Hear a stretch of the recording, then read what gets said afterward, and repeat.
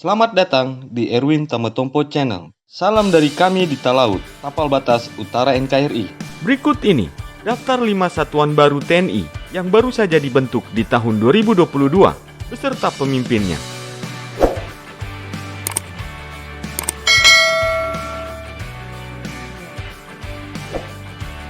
Panglima TNI Jenderal TNI Andika Perkasa resmi membentuk 5 satuan baru di tubuh TNI.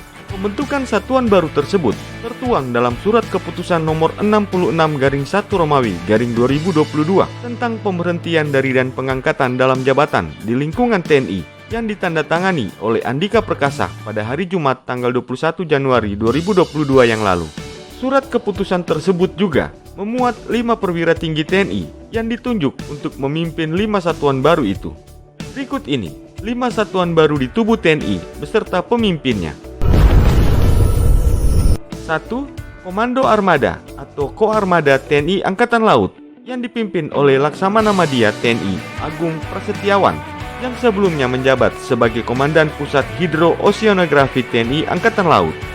Sebelum adanya Komando Armada atau Koarmada TNI Angkatan Laut ini, di tubuh TNI Angkatan Laut sendiri sudah dikenal 3 Komando Armada, yakni Komando Armada 1, Komando Armada 2, hingga Komando Armada 3. 3 komando armada ini dipimpin oleh Laksamana Bintang 2 atau Laksamana Muda. Kepala Staf TNI Angkatan Laut, Laksamana Yudo Margono, sebelumnya mengatakan Koarmada ini nantinya akan membawahi 3 komando armada yang sudah lebih dulu ada ini. Dalam pelaksanaan tugasnya, Panglima Komando Armada TNI Angkatan Laut atau Pangko Armada TNI Angkatan Laut akan dibantu oleh Kepala Staf, Inspektur, Kepala Kelompok Staf Ahli, 7 asisten, Komandan Komando Latihan, Komandan Komando Operasi Kapal Selam, hingga Komandan Komando Penyelam dan Penyelamatan Bawah Air dan beberapa jabatan lain. Markas Komando Armada TNI Angkatan Laut ini direncanakan nanti akan berada di Jakarta, menempati Markas Komando Armada 1 saat ini. Sementara itu, Markas Komando Armada 1 akan dipindahkan ke wilayah Kepulauan Riau. Pada beberapa waktu yang lalu, Kepala Staf TNI Angkatan Laut, Laksamana Yudo Margono menjelaskan, pembentukan Koarmada TNI Angkatan Laut ini akan berdampak pada perubahan prosedur, hubungan, dan mekanisme kerja. 2.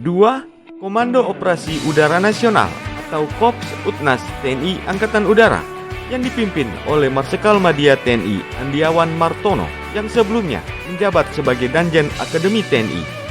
Komando Operasi Udara Nasional atau Korps Utnas resmi beroperasi seiring dengan langkah TNI Angkatan Udara melikuidasi Komando Pertahanan Udara Nasional atau Kohanutnas.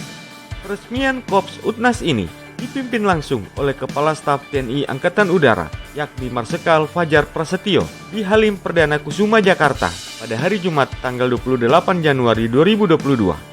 Peresmian ini telah menetapkan Korps Utnas sebagai leading sektor yang bertanggung jawab terhadap operasi pertahanan udara yang sebelumnya dilaksanakan oleh Kohanutnas. 3. Pusat Psikologi TNI yang dipimpin oleh Laksamana Pertama TNI Wiwin Dwi Handayani.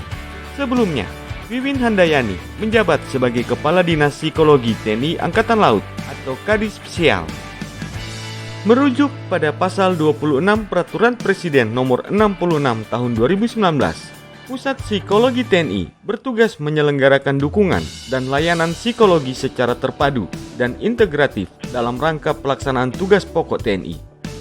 Selain itu, Pusat Psikologi TNI dipimpin oleh Kepala Pusat Psikologi TNI yang berkedudukan di bawah dan bertanggung jawab kepada Panglima TNI. Dalam pelaksanaan tugas sehari-hari, Pusat Psikologi TNI dikoordinasikan oleh Kepala Staf Umum atau Kasum TNI. Sementara itu, Kepala Pusat Psikologi TNI akan dibantu oleh Wakil Kepala Pusat Psikologi TNI. 4. Pusat Pengadaan TNI yang dipimpin oleh Kolonel Infantri Deki Santoso Patinaya. Sebelumnya, Deki Patinaya menjabat sebagai Wakil Kepala Badan Perbekalan TNI. Berdasarkan pasal 51 Peraturan Presiden Nomor 66 Tahun 2019, Pusat Pengadaan TNI bertugas untuk menyelenggarakan fungsi pengadaan barang atau jasa di lingkungan unit organisasi Markas Besar TNI. Hal itu dalam rangka mendukung tugas pokok TNI. Pusat Pengadaan TNI dipimpin oleh Kepala Pusat Pengadaan TNI yang berkedudukan di bawah dan bertanggung jawab kepada Panglima TNI.